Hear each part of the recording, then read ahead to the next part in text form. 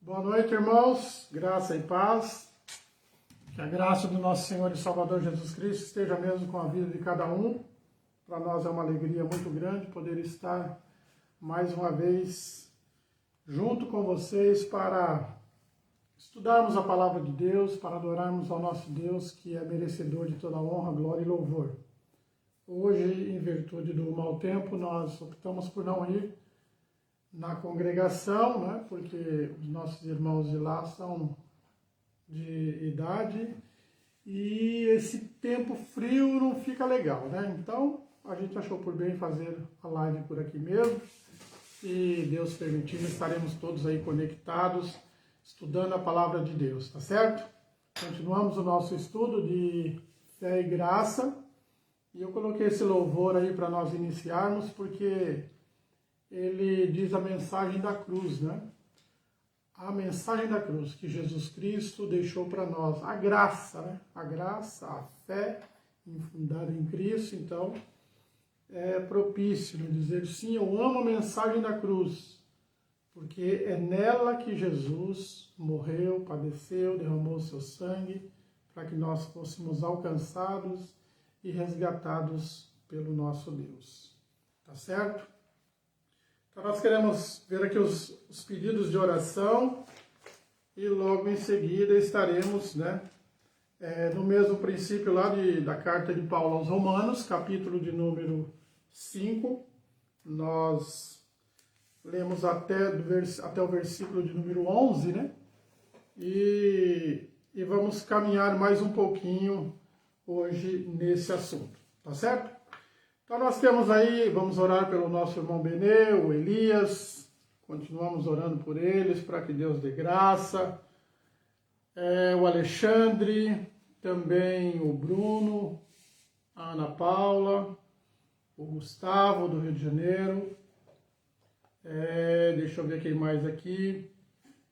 Semana passada nós oramos pelo seu João, né, que estava entubado, com Covid, deu uma melhora, mas depois ele veio a falecer nessa semana. Tá? A irmã Márcia avisou que a Juliana, né, que estava entubada, estava na UTI e hoje ela saiu da UTI, para a glória do Senhor. Tem também a irmã Cassiane, o boletim que chegou para nós.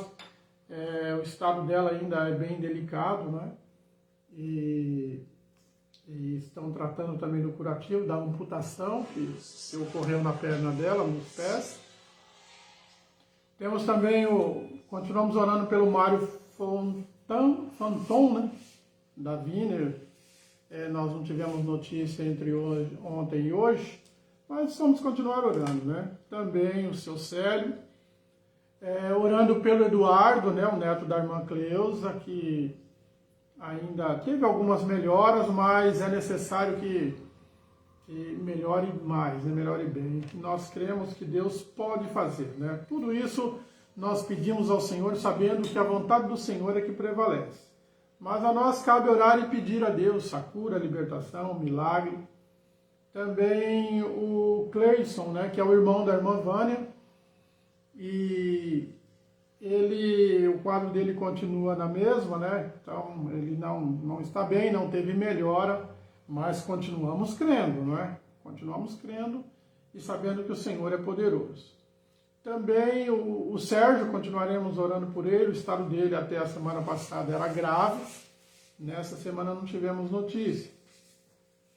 E continuamos a orar pela irmã Maria Aparecida, a Jorge, né? Essa mocinha da nossa igreja, que ela não se encontra muito bem, mas teve melhoras, né?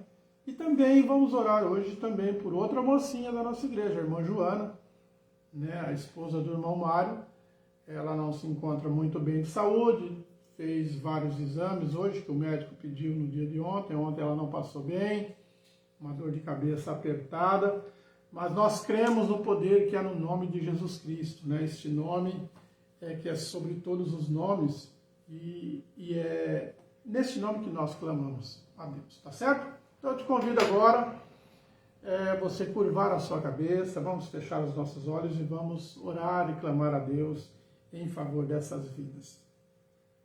Bendito Deus, Pai eterno e santo que estás nos céus, nós te rendemos graça, Senhor, porque Tu és bom e até aqui nos tem ajudado.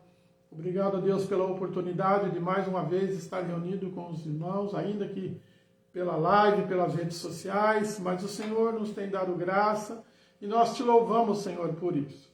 Queremos te pedir, ó Deus, o teu favor sobre a vida de cada um desses irmãos que nós lemos aqui os nomes. Ó Pai, Tu és conhecedor de cada situação. Senhor, muitos aqui já têm uma idade avançada e nós sabemos, ó Pai, que necessitamos sempre do Senhor para nos ajudar, né? Porque com o passar do tempo nós sabemos que os nossos órgãos eles não vão respondendo da forma que respondem quando somos jovens, mas o Senhor está no controle de todas as coisas, nada acontece sem a sua aprovação, o seu querer, a sua vontade e o seu plano. Por isso, Senhor, a Tua palavra nos diz para clamarmos, para intercedermos, e é isso que nós estamos fazendo nesse momento. Senhor, em comunhão, unidos nesse propósito, estamos pedindo ao Senhor que nos ajude sobre a vida desses filhos, Senhor, que o Senhor possa alcançar com graça, com cura, com libertação, com transformação, com fortalecimento, Senhor, dos órgãos, fortalecimento dos ossos, tirando, Senhor, toda a dor, todo o empecilho, todo o embaraço, toda a aflição, toda a angústia, Deus, toda a depressão, toda a opressão, todo o espírito de enfermidade, seja lançado fora, Senhor, seja decretado, Senhor, a cura através do poder do nome de Jesus Cristo. Sabemos, ó Deus, que a Tua vontade sempre vai prevalecer, mas nós clamamos ao Senhor e te pedimos a Sua infinita misericórdia. Tenha misericórdia, Senhor, dessas vidas. Nos dê sabedoria também agora, Senhor, para ministrarmos a Tua palavra. Opera, ó Deus, tanto na fala quanto na audição, para que possamos entender e compreender tudo aquilo que o Senhor tem para a nossa vida. Nós te louvamos, te glorificamos e te pedimos, ó Deus, que o Teu Espírito Santo venha estar no comando dos nossos corações em todo momento. Em nome de Jesus Cristo, te agradecemos. Amém. Muito bem. Vamos lá então, né? Nós falamos até o versículo, a gente falou até o versículo 4 a semana passada, a respeito que a tribulação, ela gera, não é? Ela gera em nós a paciência. E deixa eu voltar aqui. A tribulação produz paciência, a paciência a experiência a esperança, né? Aí nós falamos alguns pontos a respeito da graça, da fé que há em Cristo Jesus. Falamos a respeito do que Deus, Ele está sempre no comando de todas as coisas, e a graça oriunda de Deus, a graça é favor imerecido, não é? E falamos a respeito de Jacó, de Esaú, né? E eu disse para vocês que ia falar a respeito do filho pródigo, só que o tempo estava avançado, né? Então, só quero falar rapidinho o que acontece. Muitas vezes nós ficamos preocupados com as pessoas que chegam na casa do Senhor e não fazemos o uso, né, daquilo que Deus tem para a nossa vida. Então, quando o mais jovem, né, daquela parábola que Jesus conta, ele diz que o filho mais jovem, ele saiu de casa, ele deixou, né, todo o conforto do lar, o conforto que o pai lhe dava, o carinho, o afeto. Jesus não mencionou a respeito da esposa, mas ele simplificou dizendo a respeito do pai e dos dois filhos. Então o filho mais velho estava sempre trabalhando ali com o seu pai na luta, e o mais jovem, ele achou por bem que deveria sair, não é? Eu até falei para vocês a semana passada, a gente pensa que faz alguma coisa do nosso querer, né?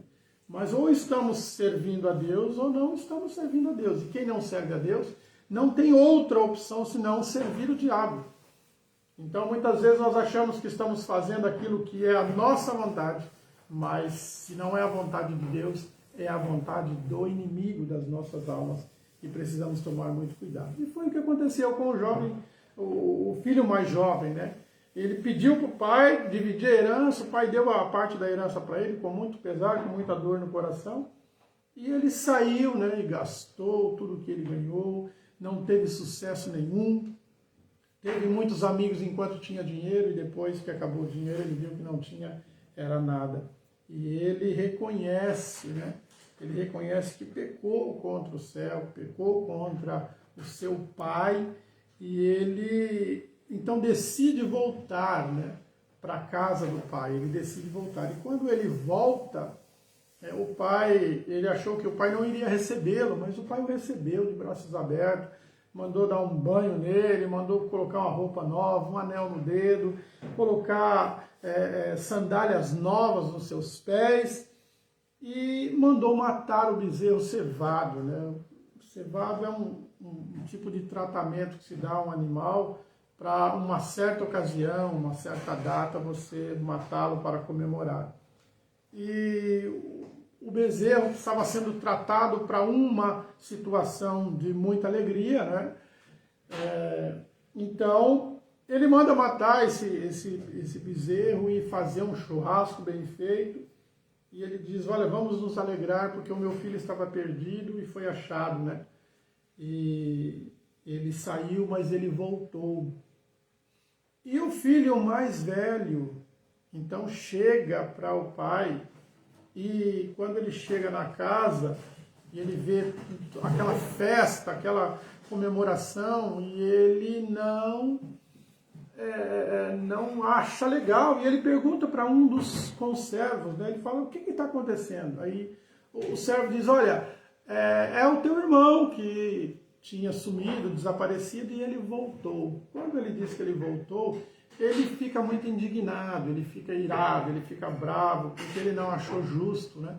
O seu irmão sair, levar toda a sua parte, da parte que lhe cabia, né, da herança, mas ele saiu, gastou, e ele vai e procura o seu pai para questionar o seu pai. E ele vai dizer, ele diz assim, olha pai, o que está acontecendo? Por que você está fazendo isso? Ele fala assim, olha, mas o teu irmão estava perdido, né? E ele se achou, ele voltou, e é motivo de nos alegrarmos. Ele falou assim, mas para, você vai lá, o senhor matou o bezerro cevado, ou seja, o senhor está dando a melhor carne, a melhor situação para que se faça uma festa de muita alegria, para um filho que abandonou tudo, um filho que não merece nada, porque ele abandonou, gastou todo o dinheiro que o senhor deu para ele.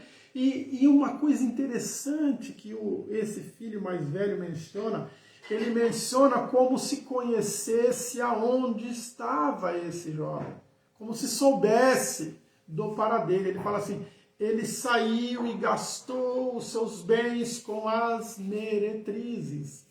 Não é? Meretrizes, nós sabemos que é um título dado às mulheres que fazem programas, né? As prostitutas.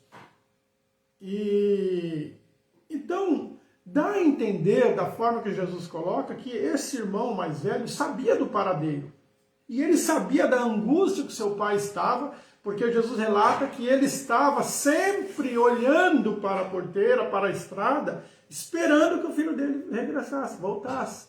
Não é? E nós sabemos que um pai nessa situação, ele fica muito angustiado, fica aflito. Quando nós temos aí os nossos filhos, jovens, adolescentes, ou até mesmo os casados, que às vezes ficam um tempo sem nos dar notícia, a gente fica preocupado, fica aflito.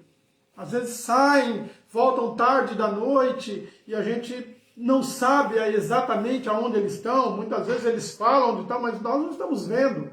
E isso causa uma aflição. E ele achou isso muito errado, porque ele não achou que esse jovem, esse irmão dele, era digno de receber essa honra que o pai estava lhe dando. E ele diz, eu estou aqui contigo, trabalhando todo dia, e você nunca me deu um bezerro qualquer, um animalzinho, para eu festejar com os meus amigos. Só que aí o pai fala uma coisa bem interessante, ele fala, filho, tudo que é meu é teu. Você não pegou porque você não quis, você não fez porque você não quis. E nós encontramos essa situação. Agora, trazendo para o lado da graça, da fé, o que acontece? Nós éramos como se fosse o filho pródigo. Nós não merecíamos nada, nós não tínhamos por que ser salvos. Se nós nascemos debaixo do pecado, vivemos no pecado, estávamos mortos no pecado, então não tem por que a gente alcançar a salvação. Mas, por isso que João 3,16 diz, né? Porque Deus amou, Ele amou.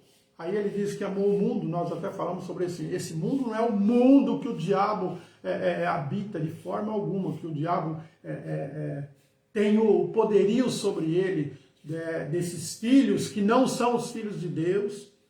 E depois a gente explica um pouquinho melhor essa situação. Mas, o que acontece? Simplesmente Ele nos amou. Por isso que a salvação é pela graça. Não é mérito de ninguém, nós não merecemos nada.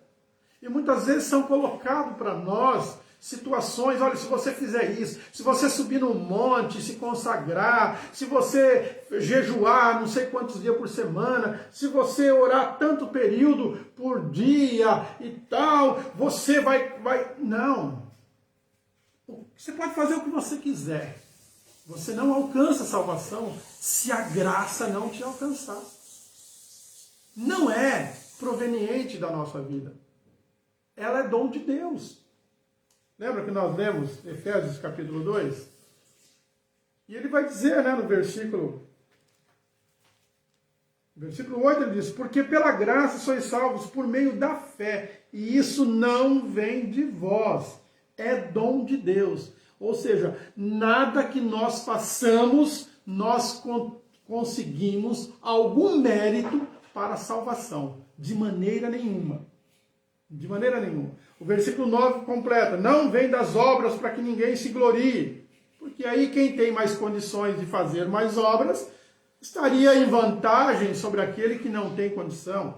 Igual muitas igrejas que fazem aí, né? Olha, a tua fé, você precisa depositar. E da maneira que você colocar a tua fé, o tamanho da tua fé, é o valor que você deposita.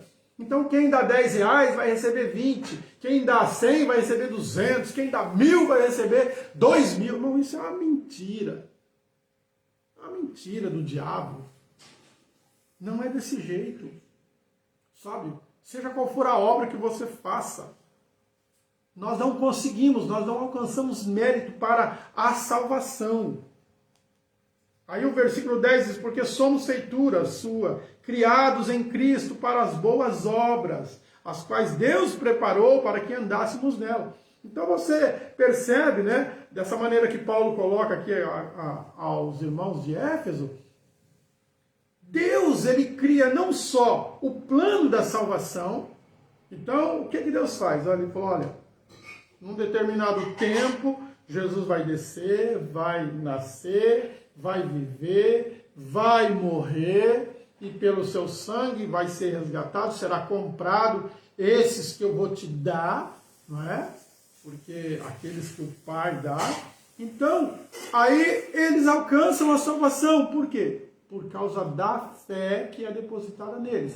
Aí Jesus, ele faz várias menções sobre o Espírito Santo, e ele diz que quando ele vier, ele nos convencerá do pecado. Então quem convence o homem do pecado é o Espírito Santo. Aí ele deposita em nós a fé para nós olharmos para Cristo e crermos em Cristo. E quando cremos em Cristo, então o plano da salvação se conclui na nossa vida.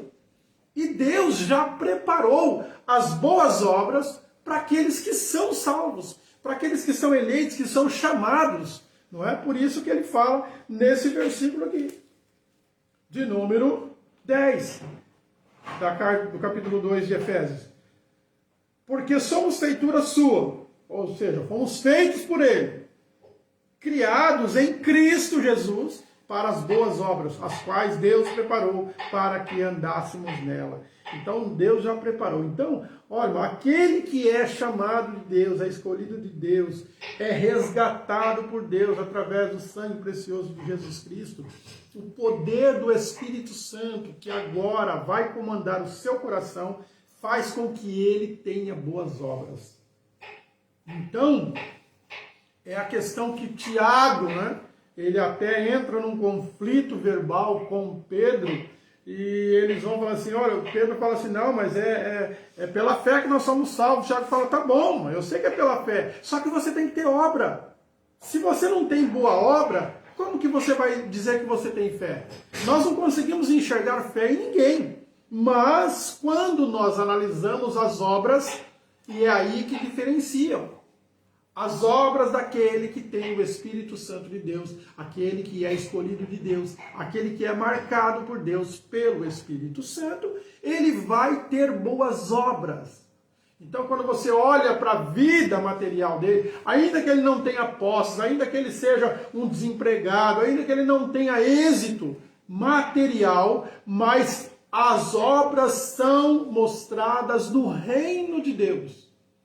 Ele vive em paz, ele vive em alegria, ele vive em comunhão com Deus, e nós olhamos e sentimos o poder de Deus na vida dessa pessoa. Quando conversamos com essa pessoa, nós sentimos alegria, nós sentimos gozo, sentimos refrigério, parece que o nosso coração que está aflito se acalma só do fato de conversar com aquele que é comandado pelo Espírito Santo.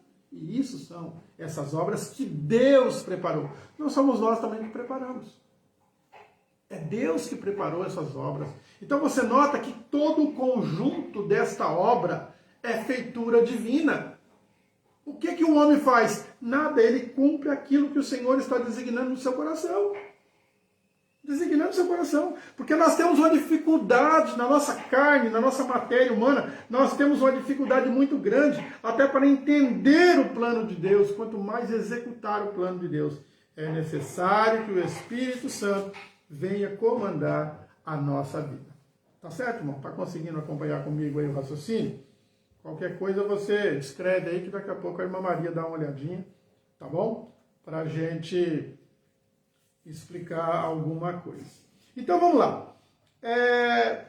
Agora voltando ao capítulo 5 de Romanos, versículo 5 diz, a esperança não traz confusão, porquanto o amor de Deus está derramado em nosso coração, né? Lembra disso, coração, pelo Espírito Santo que nos foi dado. Então o amor de Deus, no estudo passado de Apocalipse, eu falei para os irmãos que quando Jesus cita aquela passagem que ele fala assim, olha, por se multiplicar a iniquidade, o amor esfria, ele está falando do amor da igreja. Claro que é o Espírito Santo que coloca este amor aqui, que Paulo está falando, ele coloca o amor de Deus em nosso coração, mas quando nós damos vazão à carne, nós damos vazão à não operação do Espírito na nossa vida, então, o que acontece? Por multiplicar a iniquidade, esse amor tende a esfriar. Se você olhar para as igrejas hoje, o estado que as igrejas se encontram é lamentável.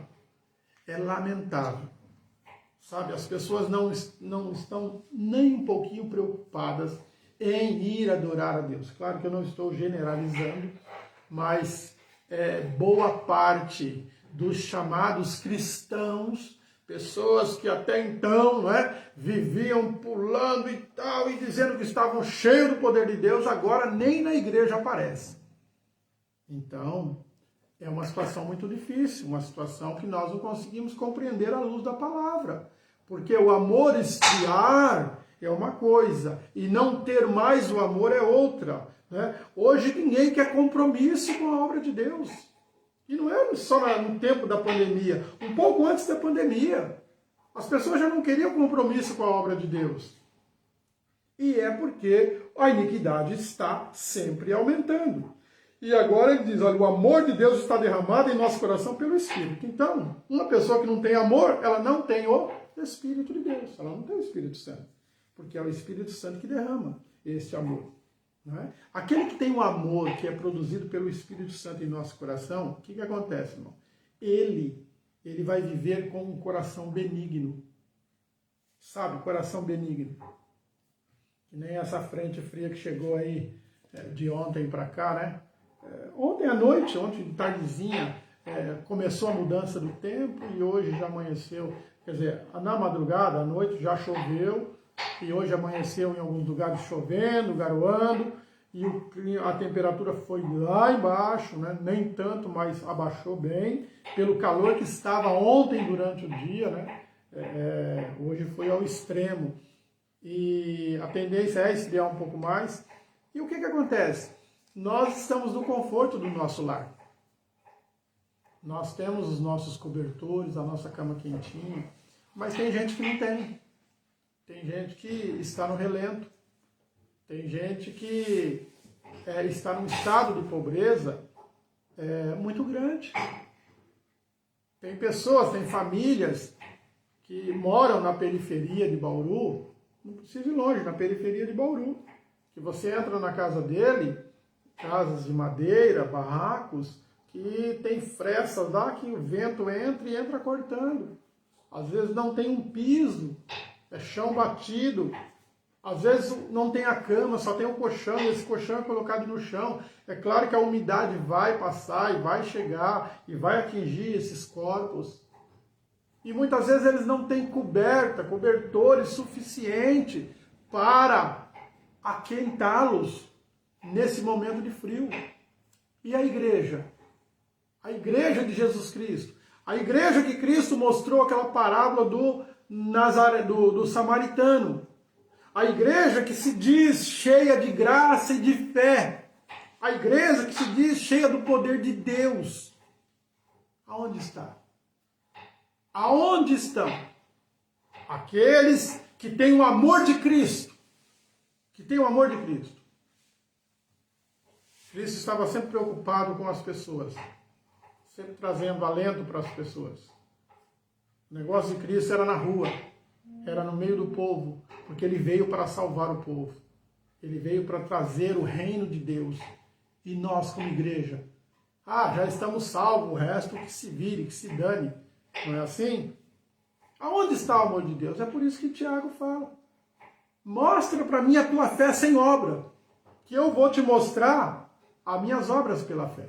Porque aquele que tem fé, aquele que é chamado por Deus, aquele que é dirigido pelo Espírito Santo de Deus, é automático ele ver alguém necessitado e estender a mão. É automático, quando tem-se uma mudança de tempo como agora, a gente pegar e procurar pessoas que necessitam de ajuda.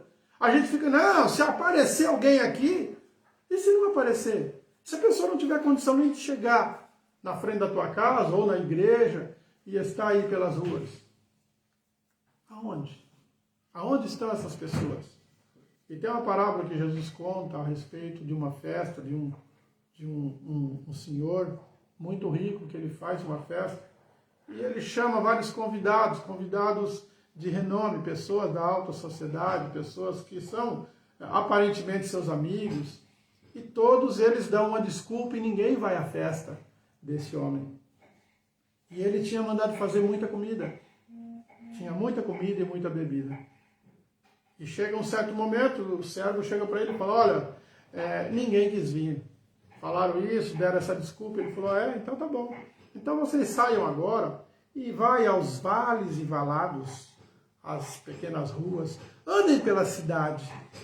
E todos aqueles que você achar, os pobres, mendigos, paralíticos, todos esses que você achar, manda vir para a festa.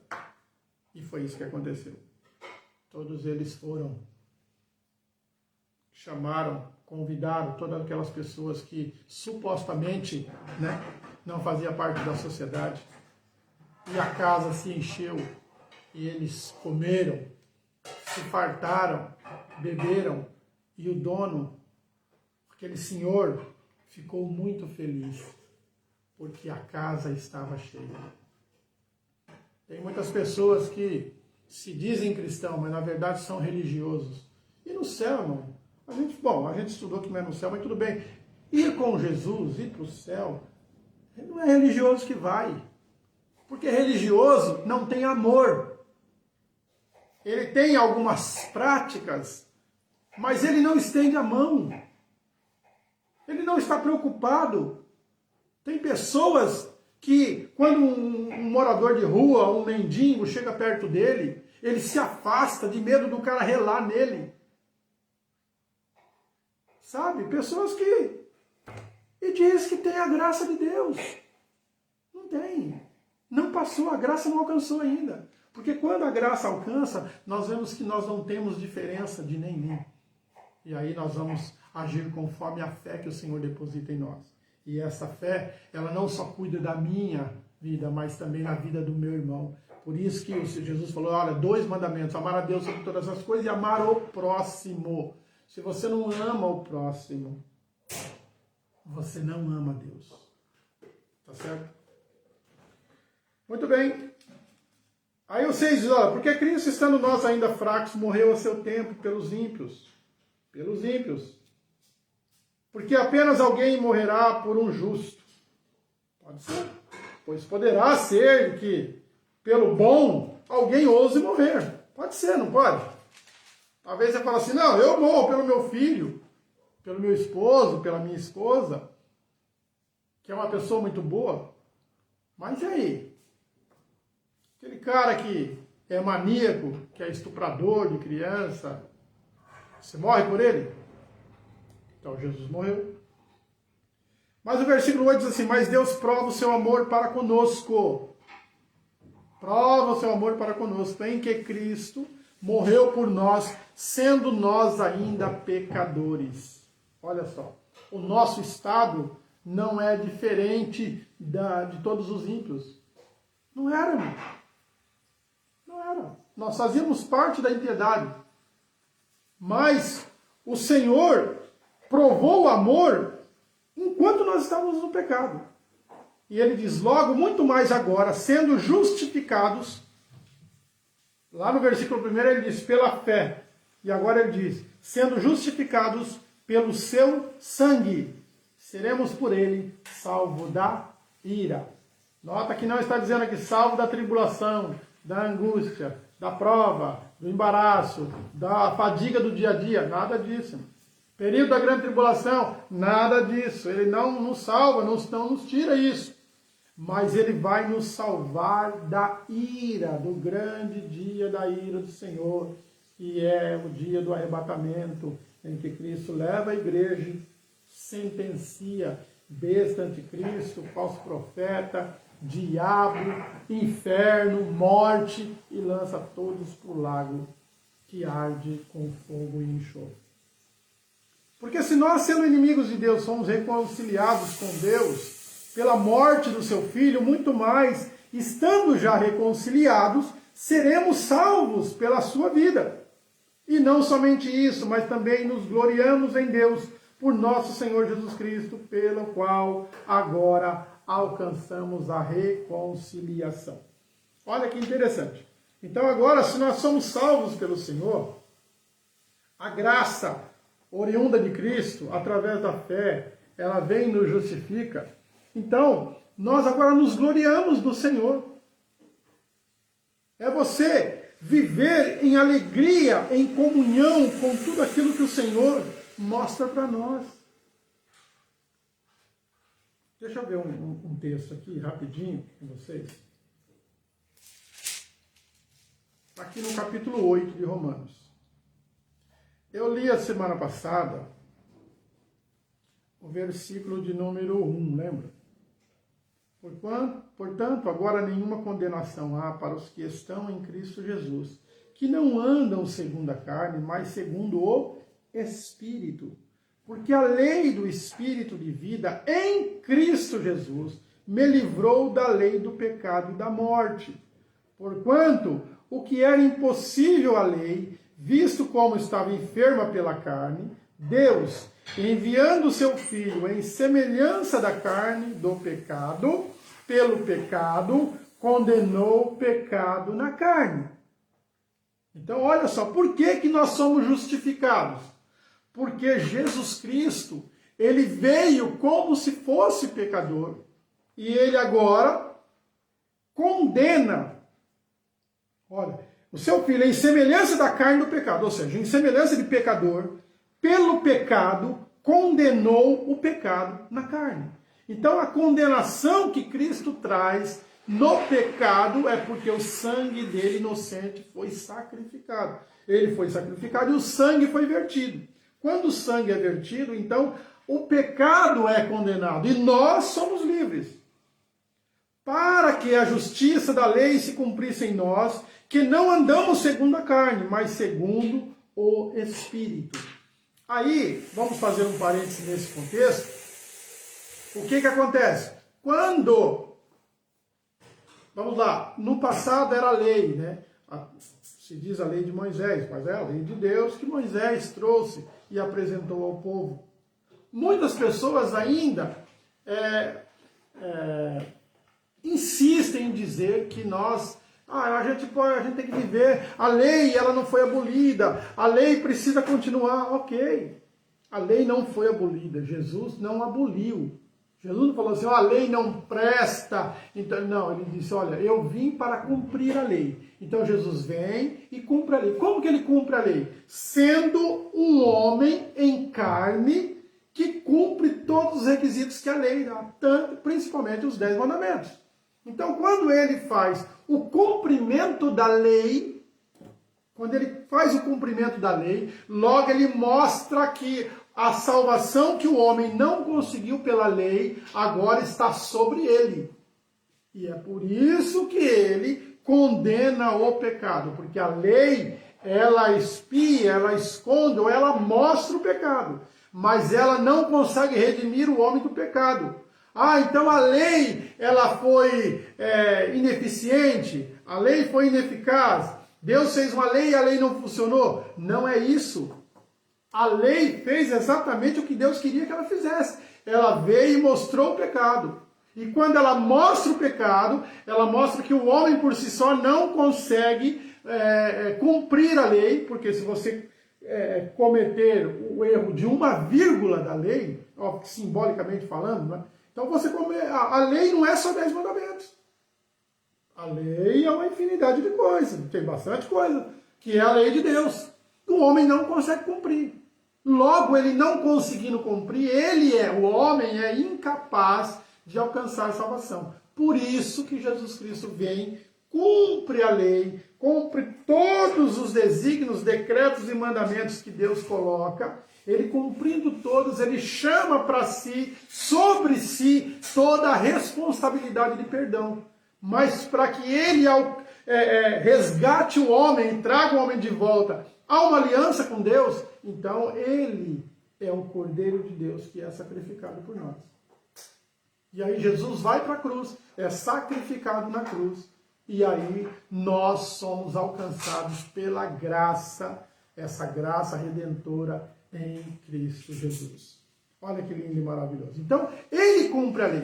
Então não adianta, tem pessoas que ficam assim, mas temos que guardar o sábado, porque o sábado é da lei, Jesus não revogou, Deus não revogou. Ok, mas agora nós estamos em Cristo.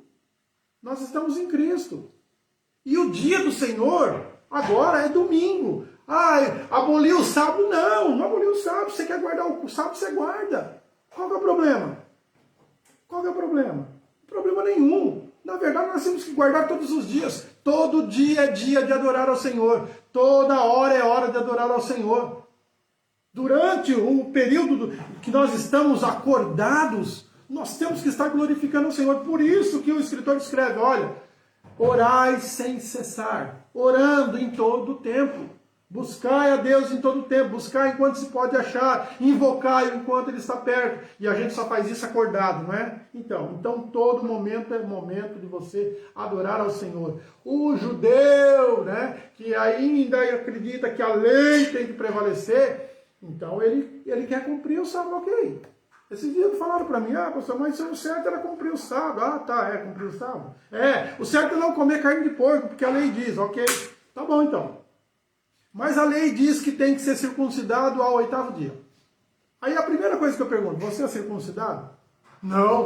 Quer ser circuncidado? Não. Então. Como que a gente vai fazer umas coisas que estão na lei e outras coisas a gente não quer fazer? Então, nós não conseguimos alcançar salvação pela lei, porque a lei, o homem não consegue se salvar, porque ele não consegue cumprir a lei. O pecado habita na nossa carne.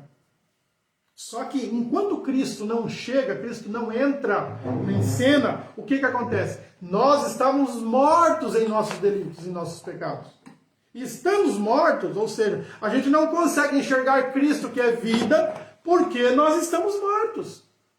O Deus desse século cegou o entendimento para que eles não conheçam e não entendam a verdade. E é por isso que Paulo explica aqui agora, olha, porque os que são segundo a carne, inclinam-se para as coisas da carne, ou seja, vivem em pecado. Mas os que são segundo o Espírito, ou seja, aquele que já foi alcançado pelo Espírito Santo, foi implantado fé nele, e ele creu em Cristo, e agora Cristo é Senhor sobre a vida dele, então ele vai viver segundo o Espírito, e ele inclina para as coisas do Espírito. Olha o versículo 6. Porque a inclinação da carne é morte, pecado é morte. A inclinação do Espírito é vida e paz. Quem é o dono da vida? Cristo. Quem é que tem paz? Cristo. Percebe? Então, Cristo é que nos dá a redenção através da sua vida. Porquanto a inclinação da carne é inimizade contra Deus, pois não é sujeita à lei de Deus, nem em verdade o pode ser. Versículo 8. Portanto, os que estão na carne não podem agradar a Deus. Por que eles não podem agradar a Deus?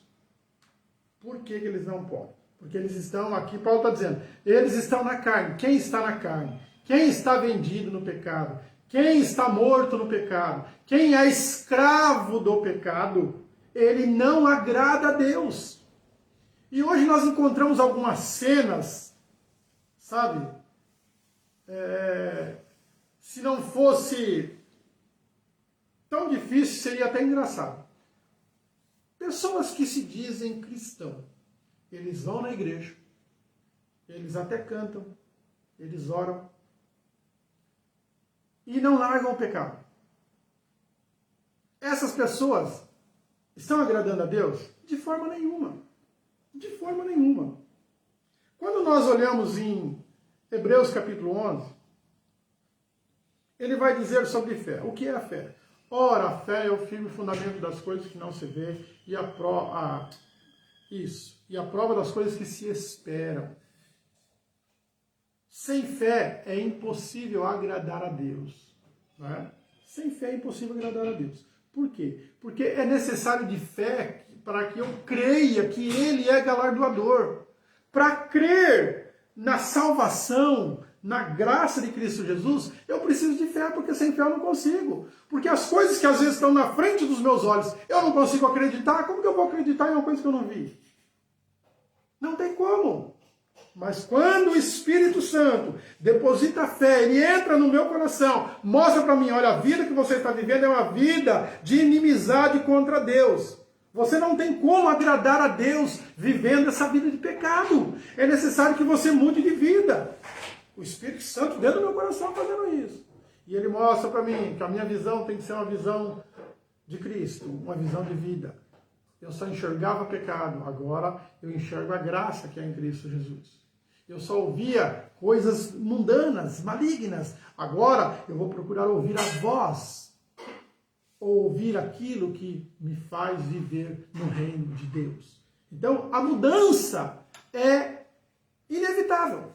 Uma pessoa que tem o Espírito Santo comandando a sua vida, a mudança que ela tem na sua vida cotidiana é inevitável. Ah, mas nós temos que ser crentes por dentro. Não, porque o exterior, ele mostra para você como está o teu interior. Quando você vê uma pessoa cabisbaixa, com um semblante triste, por que ela está assim? Porque dentro dela, no seu coração, na sua alma, está um conflito, está um desânimo, está uma tristeza, uma angústia muito grande. Agora, quando a alma está alegre, feliz, contente, está cheia da palavra de Deus, cheia das coisas de Deus, o que acontece? O semblante nosso é outro. Ainda que você esteja padecendo. Ainda que você esteja. No caso de Estevão, lembra de Estevão? Estevão sendo apedrejado. Estou atacando pedra, agora nós vamos matar você. Você tem noção do que é ser apedrejado? De vez em quando eu lembro de algumas façanhas, né, que a gente tinha quando era garoto. E esse dia eu me lembrei que eu tomei uma pedrada na cabeça, sabe? Brincando com a turma lá, e eles tinham uns estilingues, e eu nunca fui bom de estilingue. Então eu não ficava com eles atirando, mas morguei em algum momento e fiquei na reta de alguém que não sabia atirar direito com o estilingue. E eu tomei uma pedrada. E eu fiquei pensando, falei, nossa, mas como doeu aquela pedrada? Eu fui para casa chorando e tal, né? Porque é complicado. Aí, eu imaginando isso, eu me lembrei de Estevão. Eu tomei uma pedradinha, pedra pequenininha. Imagina você ser apedrejado simplesmente porque você é cristão. O que aconteceria hoje, irmão? Se alguém chegasse para mim e falasse assim, ó, você é crente, então você vai parar de pregar. Uma que hoje já está difícil achar alguém pregando evangelho, né? Evangelismo hoje nem me viu.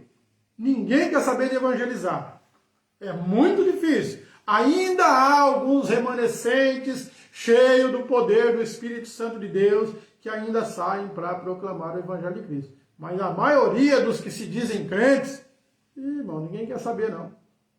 Não fala de Jesus para ninguém. Não vou falar, ele é meu patrão, ele é não sei o quê, ele é amigo, ele não sei o quê. Se eu falar eu perco a amizade, que eu perco a amizade. Não é? Bem-aventurados sois vós, quando mentindo disserem todo mal contra vós, por causa do meu nome, diz o Senhor. Mas lá, Pedro está lá. Pedro, aliás. Estevão sendo apedrejado. É um momento de muita tristeza, muita angústia, muita dor, não é? Aí, em vez de gritar e falar, né, igual os crentes de hoje, Deus, por que isso está acontecendo comigo? Como que o Senhor permite eu, sendo teu servo, ser apedrejado? A Bíblia diz que ele olha para o céu. Ele fala, rapaz, eu estou vendo o céu aberto. E as pedras comendo. E ele, eu estou vendo o céu aberto. E o Senhor assentado no seu trono. E o filho dele da sua direita. Olha que coisa, que visão. Quem vive do Espírito é diferente. Você acha que ele estava sentindo dor ali? Se ele estivesse sentindo a dor daquelas pedradas, ele não estava olhando para o céu. Ele estava vendo estrela. Mas não ia ver o céu aberto. E ele relata o que ele estava vendo. Por quê? Porque ele já não estava na carnalidade. Ele já estava no ponto da espiritualidade. Ou até porque ele morreu naquele momento ali, não é? Que foi apedrejado. Mas a visão e a situação daquele que é levado pelo Espírito. Que é levado pelo Espírito. Portanto, vós, porém, versículo 9, não estáis na carne, mas no Espírito, se é que o Espírito de Deus habita em vós. Vira e mexe, estou falando isso, não é? Por quê? Porque tem gente que se diz, mas não é. Por que que não é? Porque não tem o Espírito. Até parece crente, sabe? Até vai na igreja igual crente, mas os frutos não são nada bons. Não são nada bons. Tem gente que vai na igreja, está em pecado, está fornicando, está adulterando, está prostituindo, está mentindo, está roubando, e ele vai na igreja, parece um santo. E ele pensa, estou enganando o pastor. Não, ele está enganando ele mesmo. Porque pastor não salva ninguém. Quem morreu foi Cristo. E se não tem o Espírito Santo de Deus, não vai ter salvação. Isso é fato. Então ele acha que está bem na fita, mas ele vai ficar muito ruim na fita quando Jesus voltar. Então ele diz, se é que o Espírito de Deus habita em vós, mas se alguém não tem o Espírito de Cristo, esse tal não é dele, irmão. Não sou eu que estou falando, é aqui a palavra do Senhor. Romanos capítulo 8, versículo de número 9, final do versículo. Mas se alguém não tem o Espírito de Cristo, esse tal não é dele. Não é dele. Então, se você não tem fruto, as características que o fruto do Espírito tem que exalar da nossa vida, se você não tem, sinto lhe dizer, você não é de Deus. Então, nós precisamos ter fruto. Nós precisamos ter características de Deus. porque senão não temos o Espírito de Deus. Versículo 10, e se Cristo está em vós, o corpo, na verdade, está morto por causa do pecado, mas o Espírito vive por causa da justiça, aleluia. E se o Espírito daquele que dos mortos ressuscitou a Jesus habita em vós, aquele que dos mortos ressuscitou a Cristo também vivificará o vosso corpo mortal pelo seu Espírito que em vós habita. Então aqui, um dos pontos que a Bíblia nos mostra que esse nosso corpo será um corpo glorificado, transformado, para que possamos estar com o Senhor no dia do arrebatamento. Aleluia. De maneira, irmãos, que somos devedores não à carne para viver segundo a carne. Porque se viverdes segundo a carne, morrereis. Mas, se pelo Espírito mortificardes as obras do corpo, então vivereis. Porque todos que estão guiados pelo Espírito de Deus, esses são filhos de Deus. Guarda isso. Porque todos os que são guiados pelo Espírito de Deus, esses são filhos de Deus. Porque não recebeste o espírito de escravidão, para outra vez estardes em temor, mas recebestes o espírito de adoção de filhos, pelo qual clamamos, Abba, Pai. A tradução de Abba, Pai, quer dizer papai, papaizinho, ou seja, um tom de intimidade com o Pai, com Deus. Tá? Então, aquele que recebe o espírito de adoção de filhos, através do Espírito Santo, então, ele tem intimidade com Deus. O mesmo Espírito testifica com o nosso espírito que somos filhos de Deus. Então, vamos lá, o Espírito Santo, ele nos convence do pecado, ele aplica a fé na nossa vida, no nosso coração, ele orienta o que devemos fazer, até glorificar e exaltar ao Senhor. É Ele que nos orienta e é Ele que nos mostra que somos, ou seja, Ele convence a nós que somos filhos de Deus. Aí Ele fala, olha, vivendo da forma que eu estou te falando, eu estou te orientando, mortifica essa carne, deixa o Espírito crescer, vamos alimentar a alma com a palavra, porque eu estou te falando, você é filho de Deus, aleluia. É o Espírito Santo que fala isso. E se nós somos filhos, somos logo herdeiros também. Herdeiros de Deus e co-herdeiros de Cristo. Se é certo que com Ele padecemos, para que também com Ele sejamos glorificados. Aleluia! Glória a Deus. Olha que maravilha. Isso é viver em Espírito. Isso é ser orientado pelo Espírito. Então, se nós vivemos em pecado, nós não temos o Espírito. Porque o Espírito, ele faz com que a gente mortifique os desejos da carne.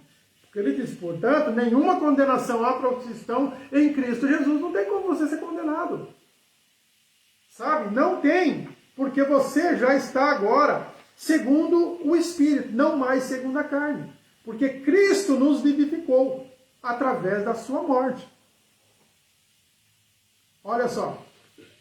Aqui em Efésios 2, que nós lemos do versículo 1. Primeiro nós lemos do 14 até o 18, lembra disso semana passada? Porque ele é a nossa paz, o qual ambos o povo fez um, falando do povo de Israel e depois dos gentios. O Senhor fez um povo só, tal, para que vivêssemos na paz que há em Cristo Jesus. Depois nós lemos a partir do versículo 1, que fala a salvação que é pela graça. E nos vivificou, estando nós mortos em ofensas e pecados. Lembra disso?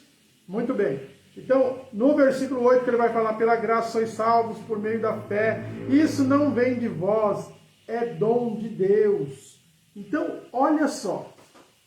Quando nós somos agora justificados pela fé que é em Cristo Jesus, através do sangue de Jesus, nós somos redimidos, então nós passamos de um estado de morto no pecado para vivermos em vida com Cristo.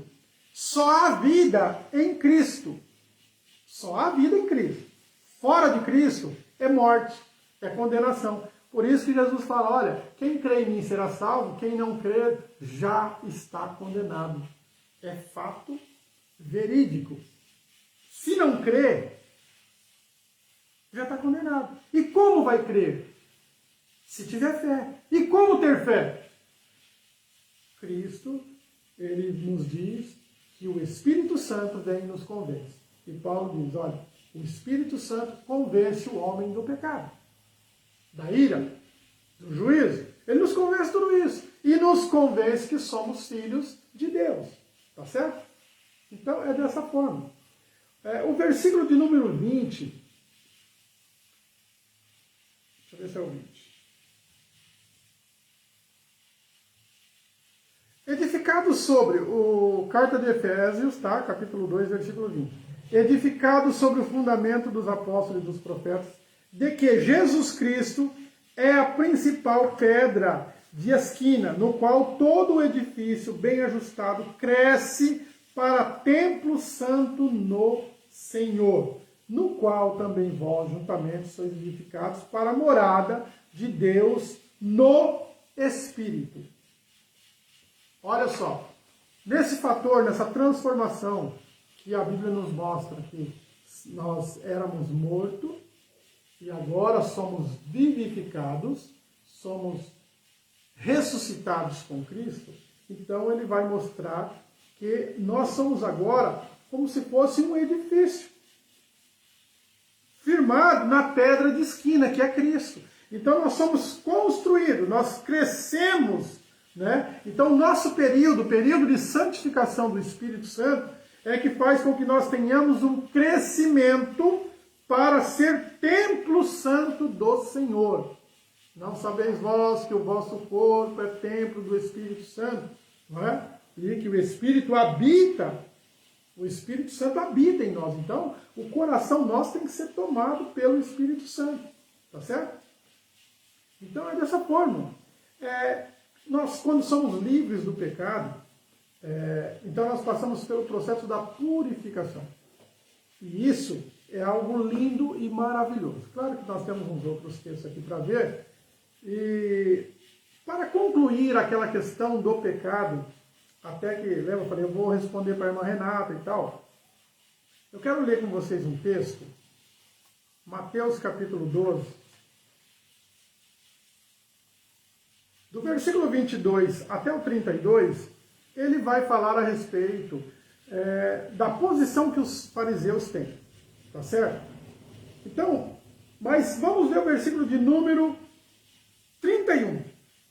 Portanto, eu vos digo, todo pecado e blasfêmia se perdoará aos homens, mas a blasfêmia contra o Espírito Santo não será perdoada.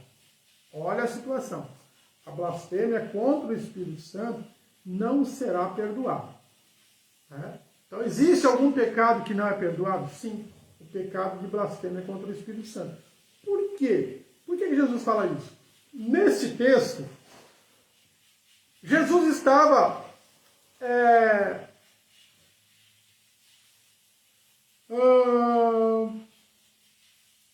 expulsando um demônio, cego e mudo. O cara era cego e mudo. E Jesus vem e cura. E o cara começou a enxergar e a falar, claro. O espírito foi embora. Aí os fariseus, ouvindo isso, o que eles dizem? Este não expulsa demônios, senão por Beelzebul.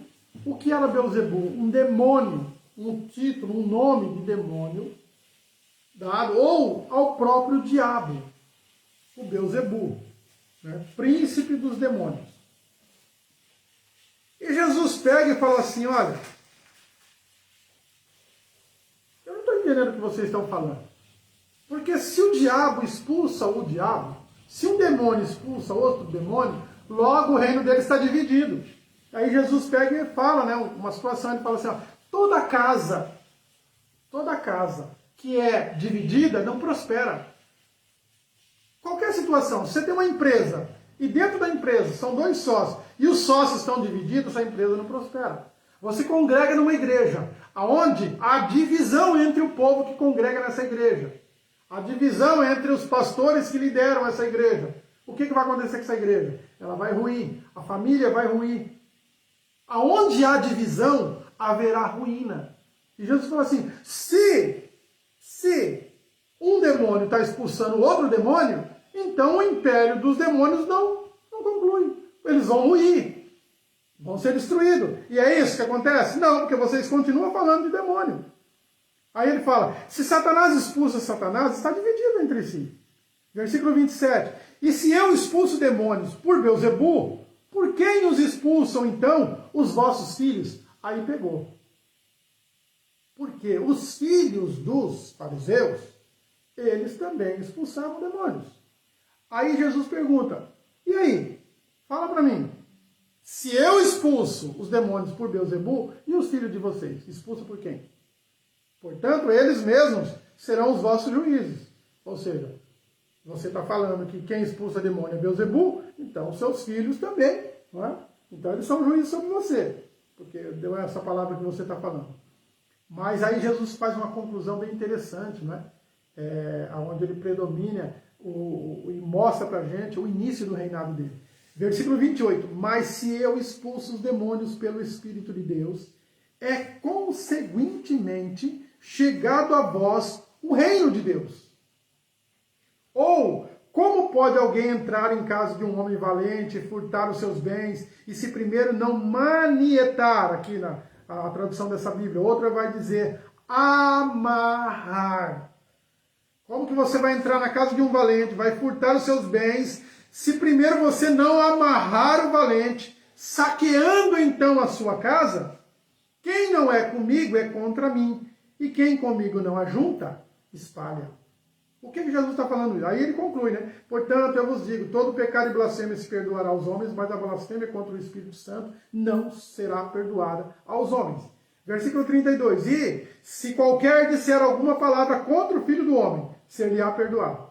Mas se alguém falar contra o Espírito Santo, não lhe será perdoado, nem neste século e nem no século futuro. Ele não está falando aqui em questão de tempo, séculos, 100 anos. Mas ele está dizendo, nessa vida e em outra vida qualquer.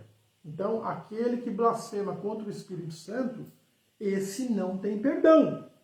Não sei se a Renata está nos acompanhando hoje, que ela estava viajando, mas, então esse é o único pecado que não tem perdão, é a blasfêmia contra o Espírito Santo. E às vezes a gente fica assim, mas o que é a blasfêmia contra o Espírito Santo? Jesus está falando aqui, é o que os caras fez. Por quê? Porque Jesus fazia os milagres, claro que ele não precisava, mas ele demonstrava que é pelo Espírito, pelo poder do Espírito, que se executa essas coisas. Tanto que ele passou, ele dá esse direito a nós hoje, através do nome dele e o poder que há no Espírito Santo. Nós podemos expulsar demônio? Claro que podemos. Nós podemos curar os enfermos? Claro que podemos. Por quê? Porque é a ação do Espírito Santo, através da sua capacidade de libertação, que faz isso acontecer. Então, o Evangelho, a graça, ela é espalhada, ela é anunciada, ela é premeditada por quem? É pelo Espírito Santo. Jesus veio e criou o Evangelho, colocou o Evangelho, e agora ele fala para os discípulos assim, olha, fiquem em Jerusalém até que do alto vocês sejam revestidos de poder. Que poder é esse? Poder do Espírito Santo. Porque há de vir sobre vós o Espírito Santo. E quando ele vier, então é ele que vai fazer com que tudo isso aconteça. Por quê? Porque ele não veio para ser glorificado, mas ele veio para glorificar o Filho. Então é dessa forma. Então quando você faz uma blasfêmia contra Cristo, olha só, o Evangelho da graça através do Espírito Santo pode te alcançar e você é perdoado. Agora, quando você blasfema contra o Espírito Santo, é como se você estivesse falando que o Espírito Santo não passa de um demônio. Foi isso que Jesus falou para eles. Então, quando você blasfemar, é você não reconhecer, é você contrapor o poderio dele, então, aí você não terá perdão. Ai, quer dizer que... Aí tem gente que fica preocupado, irmãos. Às vezes alguém faz uma brincadeira, fala alguma coisa, não é? A respeito de... e agora? Isso é blasfema. Não. Aquele que blasfema contra o Espírito Santo é porque ele já está possesso do demônio. Ele já está possuído pelo demônio. Então o cara não vai ter perdão mesmo. Ele não vai ter perdão. Porque ele não tem. Ele não tem condição de ser perdoado. Até porque o Espírito Santo não vai fazer nele nenhum processo de regeneração. E logo ele será condenado. Ou seja, como Jesus falou lá no começo, já está condenado. Já está condenado. Olha só a situação do pecado. Tá certo? Então todos os pecados têm sim condições de ser perdoados. Porém a blasfêmia contra o Espírito Santo não tem. E a blasfêmia é isso aqui, ó. Chamar o Espírito Santo de demônio. Foi isso que os fariseus fizeram e Jesus já os sentenciou. Tá? Esses fariseus aqui não alcançaram salvação porque não tem perdão para eles. Tá certo, meus queridos? Bom, estamos chegando perto do fim aqui. Falta 5 para as 9 horas.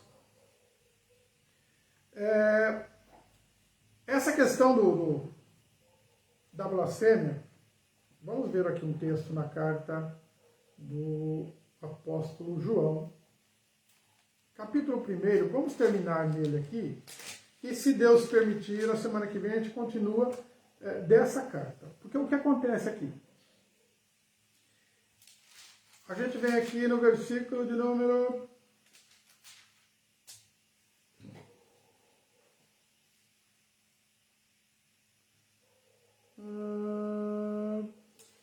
4. Primeira carta de João, capítulo de número 5.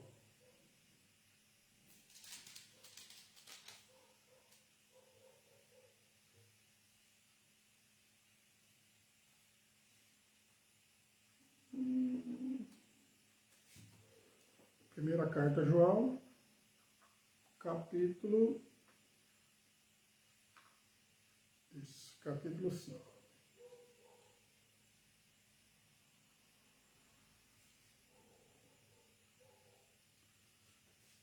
Versículo de número 10, diz assim, olha, quem crê no Filho de Deus em si mesmo tem um testemunho. Quem em Deus não crê, mentiroso fez, porquanto não creu no testemunho que Deus de seu Filho deu. 11. E o testemunho é esse, que Deus nos deu a vida eterna, e esta vida está em seu Filho. Quem tem o Filho, tem a vida. Quem não tem o Filho de Deus, não tem a vida. Essas coisas vos escrevi para que saibais que tendes a vida eterna e para que creiais no nome de Jesus Cristo. Esta é a confiança que temos nele, que se pedirmos alguma coisa, segundo a sua vontade, ele nos ouve. E se sabemos que nos ouve em tudo o que pedimos, sabemos que alcançamos as petições que lhe fizemos. Se alguém vir seu irmão cometer pecado que não é para a morte, orará, e Deus dará a vida àqueles que não pecarem para a morte. Há pecado para a morte, e por esse não digo que ore. Toda iniquidade é pecado, e há pecado que não é para a morte. Sabemos que todo aquele que é nascido de Deus não peca, mas o que de Deus é gerado conserva-se a si mesmo, e o maligno não lhe toca. Sabemos que somos de Deus e que todo mundo está no maligno. E sabemos que já o Filho de Deus é vindo e nos deu entendimento para conhecermos o que é verdadeiro. E no que é verdadeiro estamos, isto é, em seu Filho Jesus Cristo. Este é o verdadeiro Deus e a vida eterna. Filhinhos, guardai-vos dos ídolos. Tá certo? Então nós vamos partir a semana que vem, se Deus permitir, do versículo 16 e o 17, que ele fala a questão de um pecado que é para a morte e outro pecado que não é para a morte. Tá certo? Só para te adiantar, se você for curioso, pode ler aí do capítulo que a gente vai ver uns textos aqui, desde o capítulo 1 da primeira carta de João, tá? Aí nós vamos conseguir entender o que é a blasfêmia. O que é a blasfêmia? Por que que a Bíblia fala a respeito de pecado de morte e pecado que não é para a morte, sendo que nós temos um entendimento bíblico que não existe pecadinho nem pecadão. Tá certo? Então, se Deus nos permitir, semana que vem estaremos dando início já por esse assunto aqui. E depois nós continuaremos a respeito da fé e graça. Tá certo, meus irmãos? Irmã Maria, tem alguma coisa aí? Não? Tá tudo tranquilo? Então tá bom. Eu quero te convidar a curvar a sua cabeça, fechar os seus olhos. Nós vamos orar a Deus. Muito obrigado por estar nos acompanhando, estar conosco aí. Que Deus nos dê uma noite abençoada, um final de semana abençoado. E estamos juntos aí enquanto Jesus Cristo não voltar. Tá bem? Vamos orar. Pai eterno e amado, Deus santo que estás nos céus. Muito obrigado, Senhor, por tudo que tens falado ao nosso coração nesta noite. Obrigado, Senhor, pelo teu Espírito Santo, que está sempre nos orientando conforme a tua vontade, conforme o teu querer, conforme manda a tua palavra. Nos ajuda, Senhor, a guardá-la em nosso coração. Nos ajuda, Senhor, a ter responsabilidade na nossa vida para te servir, Senhor, de todo o nosso coração. Nos ajuda a entender e compreender, Senhor, a tua bendita e santa palavra. Pai, eu te peço que dê uma noite abençoada aos teus filhos, que o Senhor possa guardá-los, livrá-los de todo mal. Senhor, não permita que ninguém que esteja aí passando por necessidade, não deixe que ninguém morra de frio. Senhor, tenha misericórdia daqueles que são necessitados. E nos ajuda, Senhor, a sentir o que eles sentem. Nos ajuda, Senhor, a nos compadecer do nosso semelhante. Nos dê graça, Senhor. Coloca cada vez mais a unção do teu Espírito em nosso coração, para que possamos viver e ter o coração como Cristo teve, orientado pela tua palavra. Eu te peço, Senhor, que a tua glória e a tua graça continue sobre a nossa vida. E isso te pedimos e te agradecemos. Em nome de Jesus Cristo. Amém. Meus queridos, que Deus nos abençoe e até a próxima, se Deus assim permitir. Fiquem com Deus. Faz assim com a sua mão. Vamos ministrar a bênção sobre a sua vida. Que o amor de Deus e a graça do nosso Senhor e Salvador Jesus Cristo e a consolação do seu Espírito Santo seja sobre a nossa vida, hoje e para sempre. E juntos vamos dizer amém. Que o Senhor nos abençoe. Fiquem com Deus e até a próxima.